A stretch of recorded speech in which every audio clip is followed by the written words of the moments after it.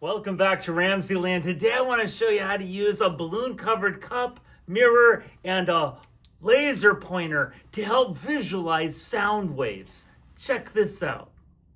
To build your sound visualizer, we're using a Soho cup, a Bluetooth speaker that you can fit the cup over, some sort of stand to hold your laser pointers, scissors, a balloon, something to hold your cup steady. These are craft self-adhesive mirrors that are just right for this experiment. You just peel them off and stick them on your balloon diaphragm. But that's all you need to make your sound visualizer. So begin by cutting your Soho cup at a level where you can fit it around the mouth of your speaker.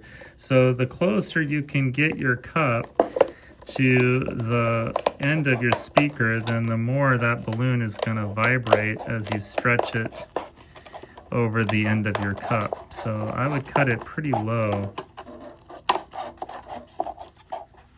The next step is to prepare your balloon so you can stretch it over the mouth of your cup. So you want to cut your balloon right where it starts to become more narrow at the end, because you want a little bit of elasticity to stretch over the mouth of your cup. So right about there.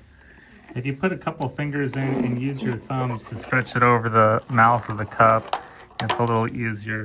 But you want to make it so it's like a drum. So it should look like this. Then take your Bluetooth speaker and just slide it over it so it's close to the end of your speaker. So it looks something like this. Then peel off a small self-adhesive craft mirror and stick it to the center of your balloon diaphragm. So your final contraption should look something like this. Next, find something to rest your cup on and point your laser directly at the mirror. So when you turn on your laser, it should hit the center of your mirror. One thing I found interesting with this experiment is downloading the free tone generator app for your tablet or your phone. That way you can see what specific frequencies of sound look like through the laser.